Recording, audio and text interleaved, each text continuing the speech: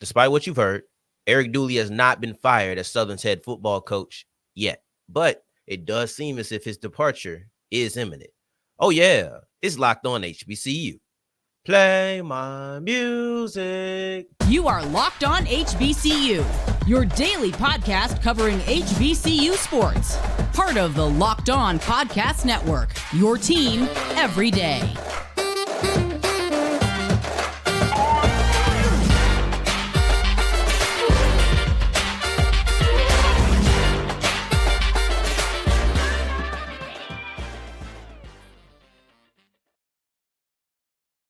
What's going on, family? Welcome back to another episode of the Locked On HBCU podcast, your number one daily one-stop shop for everything HBCU athletics, Monday through Friday, part of the Locked On Podcast Network, your team every day. And I, of course, am Darian Gray, a.k.a. the Mouth of the South, Texas Southern alum and former TSU Herald Sports editor and current contributing writer at USA Today's Saints Wire.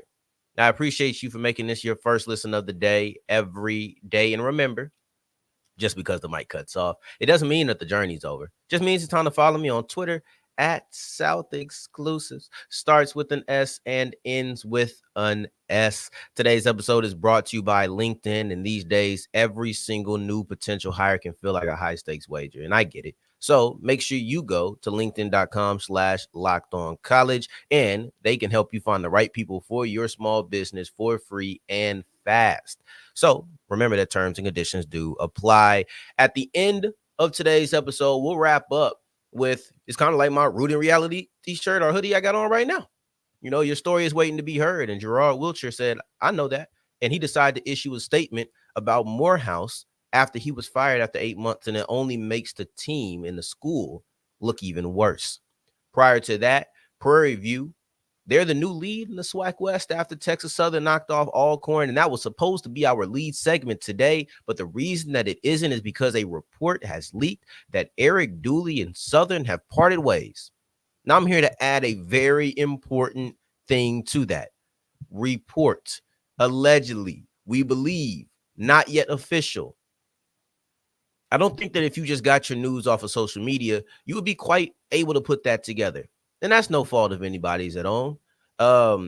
Sometimes when you see this, like Eric Dooley's gone, well, technically not yet. And you see a bunch of people who either question it, then you see a bunch of people who say it because the report came out that they were deciding to part ways. But it's important to say report A because you want to be accurate. But then B, is also important to know that things might not be the case. I do believe it is the case that it is imminent. But as of today, as I sit here right now, he has not been fired. They have not decided to part ways. They have not had a buyout, anything of that nature. All right. So I just want to make sure that you have all of the facts in front of you. But I'll tell you what the information in front of me says, because I also have it on the source that this report is valid, that they are going to part ways. They just haven't done it yet.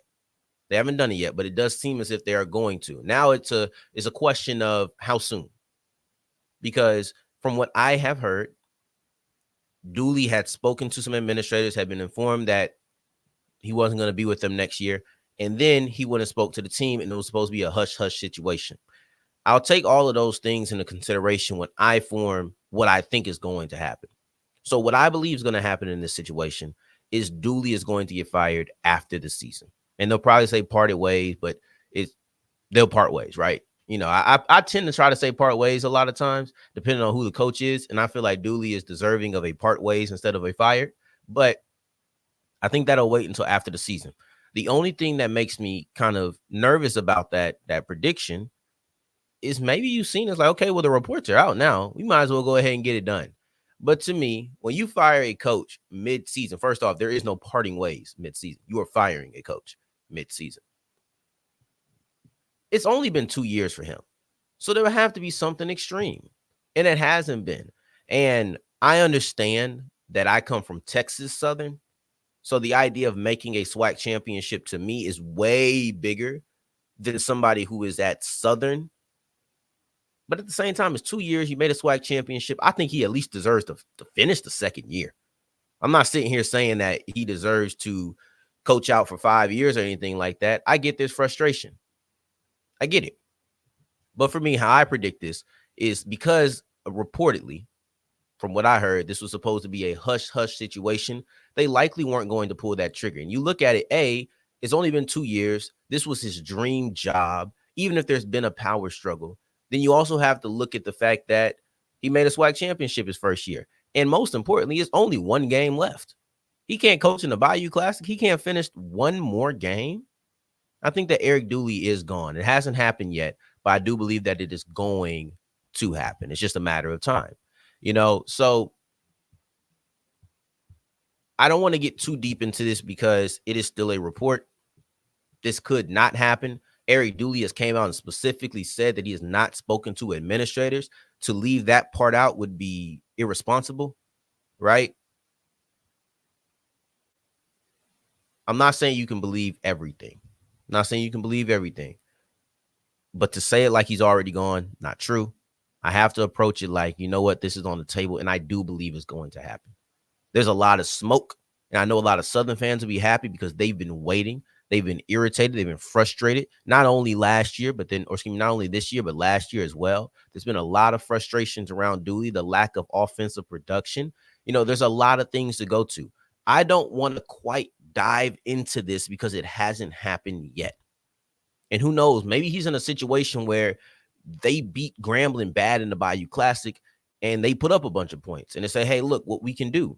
I don't know. I don't think that's likely, but there's always a chance. Like I remember, man, this was forever ago. This was when Les Miles was at LSU and everybody knew Les Miles was done. Was it Les Miles or was Coach O? It was one of those guys, but I think it was Les. I'm pretty sure it was Les. Everybody just knew, hey, Les is gone. He's out of here. And then they end up ending the game or ending the season with a big win, and he ended up staying. They carried him off the field and everything.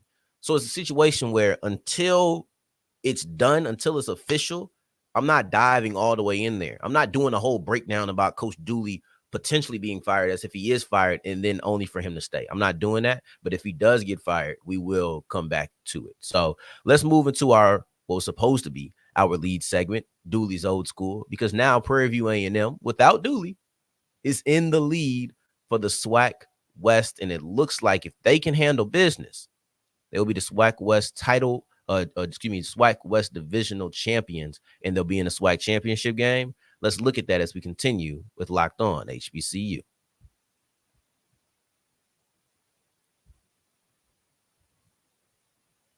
As we continue rolling on today's episode of Locked On HBCU, today's episode is brought to you by Jace Medical. And I know we sit around, we laugh, we joke, we talk about serious things, lighthearted things. This is more so of the former. And this is one of the serious things. When it comes to the Jace case, they want you to be prepared for anything. Doesn't matter if it's natural disasters or something you're dealing with in your own body, such as ED. So they seen on the on jacemedical.com, they have a year supply of these medications. So you don't have to worry about, oh, I got to go refill my prescription or I got to go pick up some more of this. Because the thing about the Jace case, it comes with 5 antibiotics that are meant to treat over 50 infections. That's so many situations that you couldn't think of that you're still prepared for it. Like that's the part. A lot of times people get into something, they go Google, they say, oh, well, I need to get this. Go in the medicine cabinet, I don't have it. Well, with Jace case, you got 5 antibiotics that hit so many of those situations. You don't have to worry about being unprepared. The only reason you be unprepared is if you didn't get the Jace case. So what do we need to do? Right? Y'all get it. You get it. But you go ahead and go to jacemedical.com and you can get $20 off your first purchase. They're already at a better price than you're going to get them anywhere else. But with the code Locked On, you'll get an extra $20 off. All you have to do is go to the website, Jace Medical. That's JASE medical.com, jacemedical.com. As we continue rolling on today's episode of Locked On HBCU, I appreciate you for making this your first listen of the day every day. And remember, on Fridays, we'll have our college football kickoff live, which allows you to be a more informed college football fan and look at the biggest stories going around on the national level. But I want to look at our HBCUs because we had something big happen this past weekend. And that's Prairie View A&M after the results of the 12th and then also the 11th, because we had games on Sunday this week. What the heck? But after the results of all of that, Prairie View A&M is now in the lead for the SWAC West. And I'll accept your appreciations. I'll accept your gratitude. I'll accept your thank you notes that you're not going to send because, frankly, I wouldn't send them to you. However, Texas Southern knocking off Alcorn is the reason that PV is in the position that they are. We'll look at the game itself and then also the ramifications of it because PV versus, Texas Southern versus Alcorn, that was a game on a Sunday that stood alone. That was a game on a Sunday that stood alone. It was weird. I was like, why is this game at 2:00 on a Sunday? Don't y'all know the NFL is going? What is going on here? But I'll tell you this. It lived up to the billing by the ramifications. In no way did I expect Texas Southern to come out there and win that game. And I did not expect Texas Southern to blow out Alcorn. I ain't going to sit here and lie to you.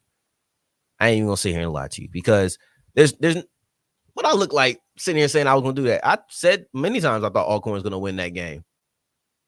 So it sets up a really good showdown for next week. I'll give you that. It sets up a really good showdown for next week that we'll get into as the week progresses.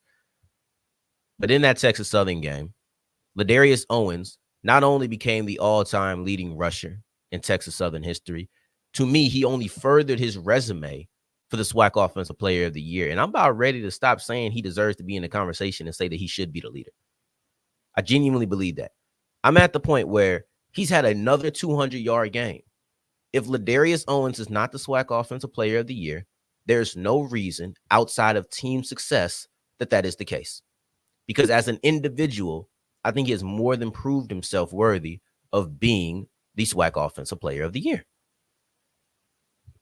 I've seen it. I've seen him go for over 200 against Southern. I've seen him go for over 200 against Alcorn. I've seen him have, 3 over 100-yard games in a row. I don't know if he hasn't had a 100-yard game in over a month. Over a month. Might have had one. This guy is on a ridiculous run. He's going to by far be the first team all-SWAC running back. We got to go ahead and attach SWAC Offensive Player of the Year to that. And I even had my guy Jamel Matthews tell me that Jacob Williams is in a running for Defensive Player of the Year. And I've been itching not to say it. But this guy he's been high in tackles for a loss all year. We're not going to get into campaigning at this moment. Maybe we'll do that at another point.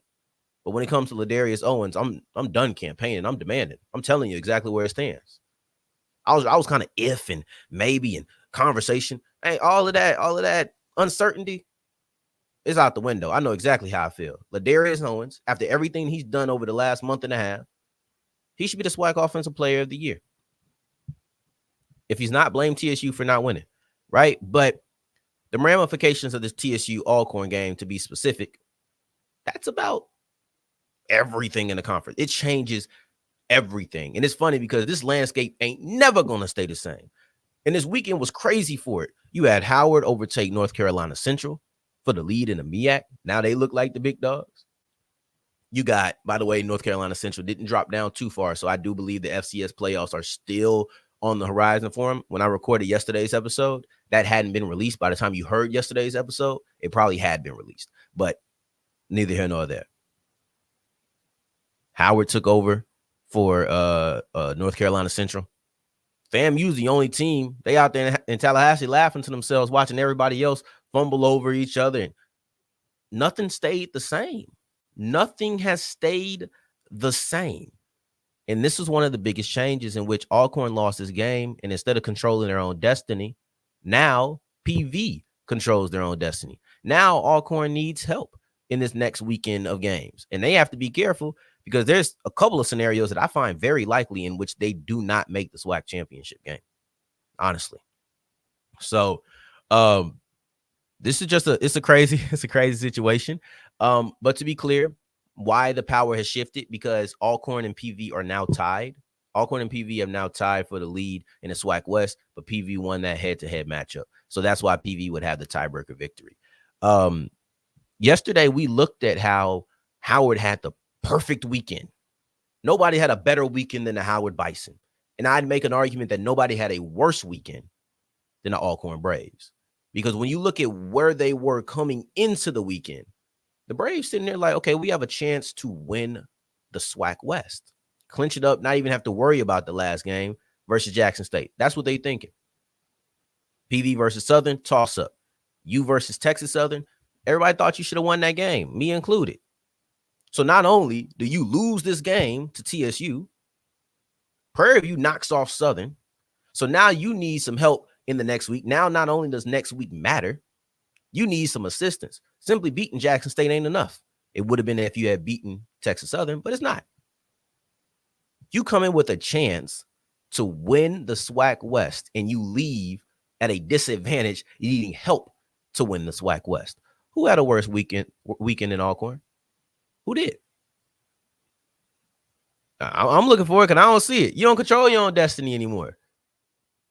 You could have won and still needed to win next week. That's fine. But because you lost, now you need to win next week and you need PV to lose to Alabama State. I'm not saying it's out of the realm of possibility. It very well could happen. I could easily see that result happening over the weekend where Alcorn wins, PV loses completely. But dang, why you got to stress? And the games at the same time?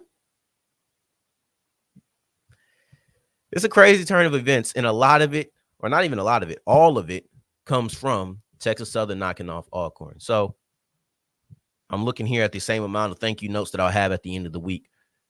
So even without the thank you notes, I'll tell you, Prairie View A&M, begrudgingly, because I didn't want to help you. I'm glad we won, but I didn't want to help you. You're welcome.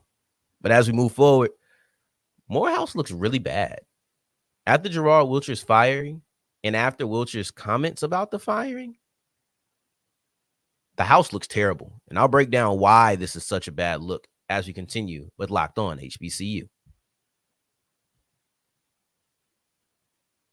Today's episode is brought to you by LinkedIn, and LinkedIn is the best tool for all small business owners because, a lot of times you have turnover. That person left, this person left. This department is a little bit smaller and they're not moving the way you want them to move. And a lot of that is because you don't have the right people in those areas. That's done when it comes to LinkedIn. LinkedIn allows you to find these people's skill set, these people's resumes, these people, everything about them, and you can find it faster. And I know a lot of times people are like, oh, I just don't have this. I don't have that. It's free. You ain't got to have nothing. You ain't got to have nothing but a laptop. You ain't got to have nothing but a computer. You ain't got to have nothing but a way to upload your job opening with the purple hashtag hiring frame and allow the over 800 million people to be able to have access to it. And I know that you have that if you're a small business owner. That's not asking for too much at all.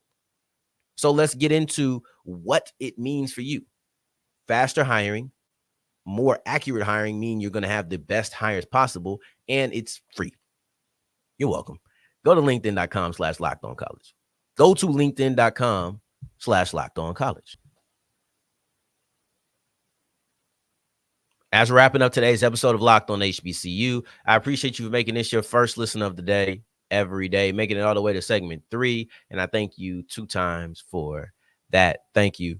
Thank you. Now, Morehouse, you look bad. I'm going to have to call my boy Kyle and say, hey, man, y'all looking bad at the house, bro. Y'all looking bad at the house. Because after firing Gerard Wilcher then put up a statement. And that statement made them look even worse. I thought that the firing after only a single season was bad enough. It was questionable enough. But when you see the statement that Wilcher put up, it just took a bad situation down worse and worse. Every single paragraph, it gets worse and worse. It's a bunch of compliments followed by insults, insults followed by compliments. He's trying to dress up the fact that he's extremely frustrated. But I love Morehouse, the situation. Like, I love the university. But the situation? Nope. I love the university. Hate this situation. I'm going to express my frustrations. Now, let's look at I didn't want to read it. But as I'm reading it, I'm like, man, I don't have a choice. I don't have any other choice. I got to read this. This is too much to summarize without you feeling exactly what he said. The first sentence, after a hard-fought 8 months, my time has come to an end at my alma mater, Morehouse College. 8 months? 8 months. This man was hired in 2023. He was fired in 2023. There is no reason that a coach should have only 1 year unless there are legal implications at play. And as far as I know, there are no legal implications at play. I don't care how much frustration you have with the administrators. I don't care what your success level is. 1 year? That's ridiculous, especially when you've been bad. They've been bad. So it's not like him coming in and being bad. It's just out of the norm. It's not like you were an undefeated team and then you went winless.